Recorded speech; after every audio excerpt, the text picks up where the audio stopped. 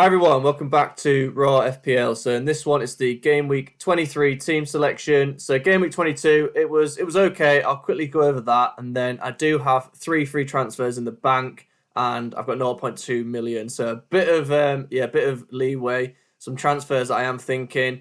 There is quite a big fixture swing coming for Chelsea and for Man United as well. So I'll discuss that in this video. So if you do like this one, please do drop a like and hit subscribe if you're new, and let's jump into it. So before we look at Game Week 23, let's quickly recap Game Week 22, and it wasn't the best week, really.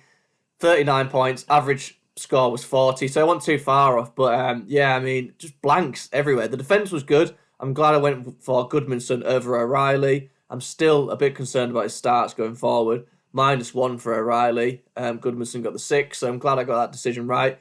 Gabriel with 8, he was a new transfer in. Enzo with 6, again, he was a new transfer in. Tim with 5. Petrovic, he was so close to getting 10 points. And in the last couple of minutes, he went and lost his clean sheet as he normally does. So Petrovic on 2. Rodgers, he looks pretty good. Like he had a lot of chances. XG of 0.82. So he did have so many chances. Just quite unlucky that he didn't convert any of them. Foden and Saka, dreadful. Saka, he obviously got another 1-pointer. He was benched again. But going forward, the fixtures look pretty good, and there could potentially be a double for Arsenal on the horizon, which I'll talk about in the next section. And Ekitike, Haaland and Thiago all just, blanking, not ideal. So 39 points. I'm down to 434,000 in the world now, so another red arrow. But I have got 3 free transfers, and I think the team looks okay. So let's take a look at Game Week 23. So looking at Game Week 23, and I've got 0.2 mil in the bank, and 3 free transfers. So quite flexible.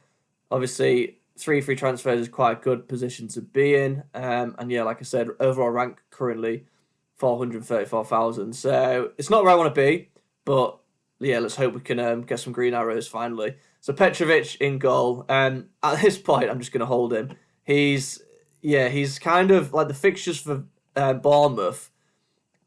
They were pretty rubbish, and now Liverpool at home, which is not ideal.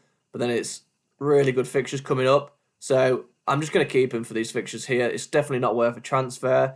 Maybe you could look at Sanchez, but I don't know. There's talk that he might not even be. They have to fight for the place at Chelsea. So I don't even know if I'd go for him. So I'm happy to have Petrovic going forward. He's been awful, but let's hope he can get some clean sheets along the way now. Then I've got the double up on Arsenal, Gabriel and Timber. Again, fixtures going forward for those, they're pretty good. So if we just have a look on the FPL page, you can see going forward. Man United, they've played really well, to be fair, Man United, but then it's Leeds, Sunderland, Brentford, Tottenham, and they are the best defence in the league. So I'm happy to have the double up, and I still think they're really good buys as well.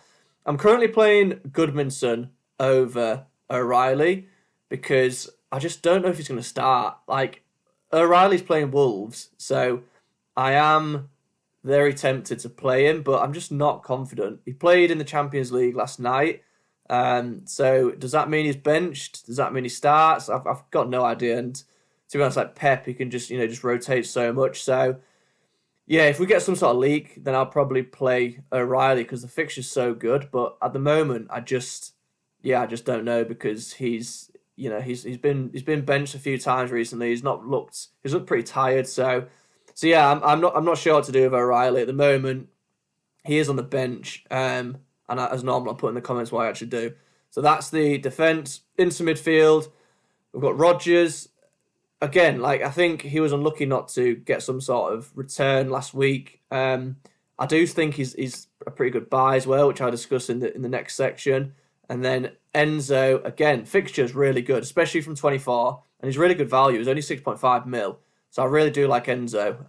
I think he's probably one of the best value midfielders at the moment with the upcoming fixtures. So Enzo, I think he's a really good target. I'll discuss a bit more of that in the next section.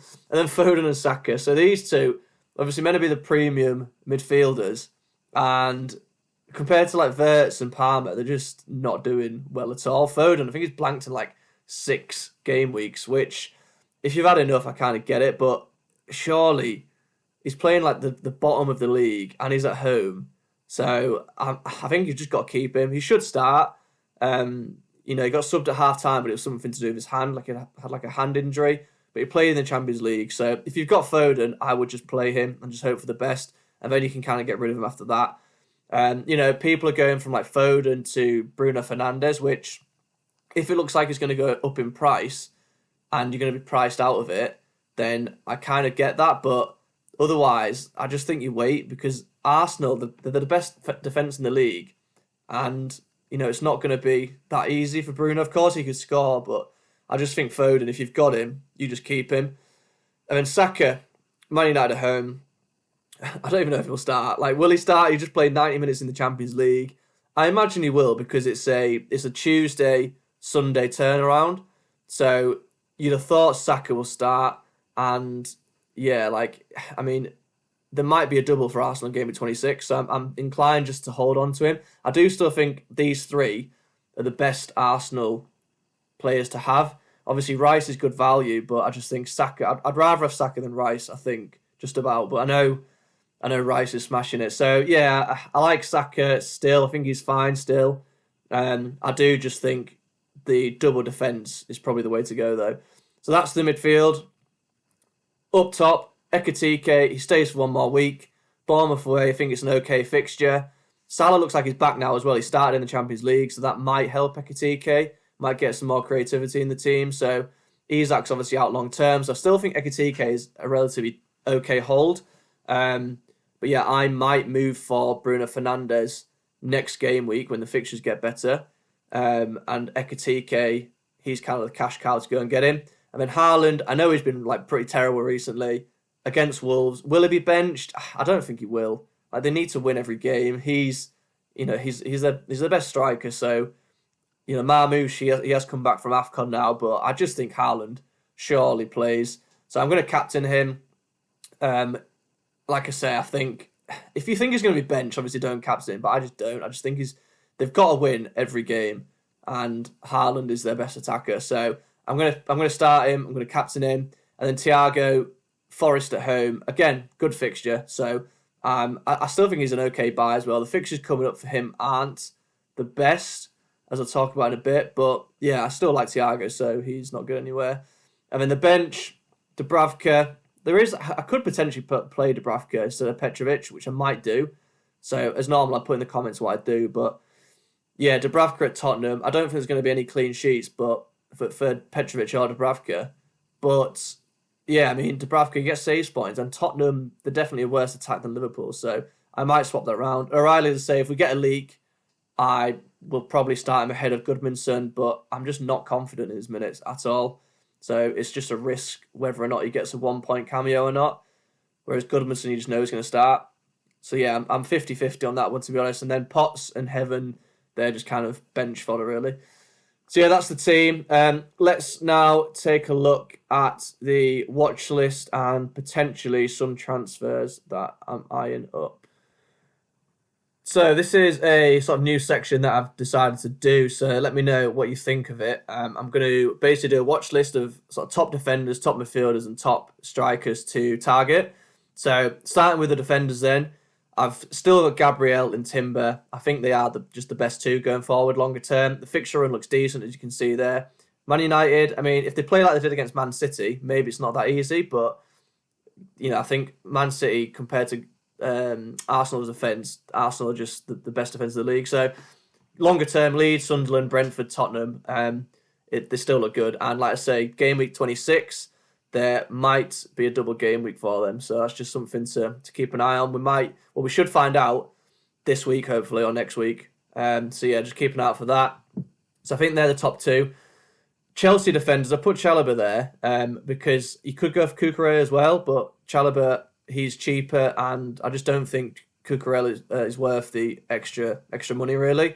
So I go Chalobah. He's pretty nailed, and the fixtures, maybe not this game week, because Palace away, as bad as they've kind of been recently, I still think that's quite a tough fixture. So the next kind of, game week 24 to game week 27, you've got West Ham, Wolves, Leeds, and then Burnley. So yeah, you can't really hand pick much better fixture than that. So I definitely like Chelsea, and I think if Chalobah doesn't go up in price before the deadline, I will be looking to do like a 3-move, like 3 transfers to get him. It'll be him and Bruno coming in. So yeah, I do like Chalobah, and I think of all the Chelsea defenders, that's the one you go for. I'm going to put Munoz on here as well. Obviously, he is injured at the moment, but he's one to keep an eye on, particularly from kind of game week 25, game week 26. Brighton, Burnley, Wolves, and Man United as well. And then longer term, it even looks good. And Munoz, like, he's just so attacking. He's basically playing like right wing. So I am certainly looking to get him, even going from like Chalobah, because their fixtures get worse after game week 28, to then go to Munoz. That's something I'm looking at. So yeah, I think that's probably the order of the defenders. If you want to go really cheap, you could get someone like Reynaldo at Sunderland. He's only 3.8 million, and the fixtures look pretty good as well. Or you've got someone like a Matty Cash or Konza, because their Aston Villa's fixtures are getting better as well. So that's the defenders. Midfielders, the big talking point, obviously Bruno Fernandes. Smashed it against Man City, playing that number 10 role, still getting defensive contributions. It's just a solid pick, really, and the fixtures up and coming. Obviously, I don't think I'd make the move now. Like, I've seen loads of people doing Foden to Fernandes, for example, but he's literally playing the hardest defence in the league, so I just don't think there's like a massive rush to go and do it now. And then it's Fulham at home, decent fixture. Tottenham at home, decent. West Ham away, again, pretty good. And then Everton and Palace. So I think you can wait until game week 23 is done, and then you can pick him up for game week 24. And yeah, I just think he's on my, probably at the top of my list at the moment. But like I say, I'm going to wait until he's played Arsenal and then get him game week 24. I just think that makes a lot of sense. And then looking at Enzo Fernandez. So he's obviously a lot cheaper, 6.5 million. I brought him in last week. And yeah, I just think he's really good value. The fixtures here, like I said, same with Palmer and same with Chalobah as well. Palace away, you can kind of wait, but then West Ham, Wolves, Leeds, Burnley. So they look really good. Obviously, they're playing Champions League as well tonight, so you can kind of see what happens there. But I think that, in particular, that run there between 24 and 27 just looks really good. West Ham, Wolves, Leeds, Burnley. Like I say, you can't really pick better fixtures than that. With Palmer, though, obviously he's 10.4 million, and I don't know, he keeps having this groin problem, and it's just, will he start all of those games? I just don't know. So I'm going to wait and see. I might do Saka to Palmer, but I just think, honestly, I mean, Saka's not even playing really, is he? He's been benched in the last 3. So I don't know. I'm debating Palmer. I've got the option open still, but I just think I might ignore him, to be honest, just because I'm not confident he's going to start all of these games. But we'll see. I've got the option open. I've got Enzo. I'm probably going to get Chalobah. It's just whether or not I get Palmer as well. So yeah, I think Enzo's the value pick. Palmer, if you've got the money and if you want to take a bit of a punt. And then Rodgers, Newcastle away, it's not the best fixture, but then it's Brentford at home. I think Bournemouth away is fine. Brighton, Leeds and Wolves. I think his fixtures coming up are really good. I got him at 6.7, so he was a lot cheaper. But I still think, he's going to play. He's very attacking. So yeah, I do like Rodgers, and I think he's a good buy longer term. So they're the midfielders. Let's take a look now at the defenders. So looking at the forwards now then, and to be honest, there's not that many to choose from. Like Haaland, I've not put him on the list because obviously everyone's kind of got Haaland right now. If you've not got Haaland, he's not doing that well recently, but I just think he can turn his form around at any moment, and he is probably the best striker to own. So Haaland's not on the list. If you've not got him, I mean, recently, like I say, he's not been doing the best, but I'd personally have him. Thiago, Ekitike, Watkins, and Krupi Jr. So very different price points. Thiago, I think, is my number 1 pick just because it's pretty good value at 7.2 still, 90 minutes, penalties, and I mean the fixtures up and coming, like Forest at home's fine, then it's Villa, Newcastle, Arsenal. So if you don't have him, like I don't think I'd buy him right now. I'd probably buy him after this Arsenal game because long term, from game week 27, pretty much, I mean, apart from Man City at the end, pretty much the end of the season, the fixtures are really good. So if you don't have him now, I'd probably just, unless you really need him, because he is pretty reliable, but I'd probably just wait until game week 27, and then, yeah, you can just keep him to the end. So I like Thiago. Ekitike, again, he's kind of fine, but I think he's quite expensive for what he offers.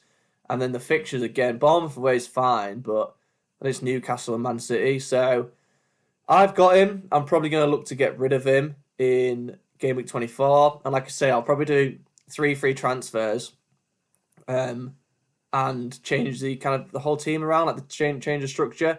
So my kind of plan at the moment is I will get rid of Ekitike. I'll get rid of Potts. And who else was it? Oh yeah, O'Reilly. So that's the plan, get rid of those. I'll try and get in Chalobah.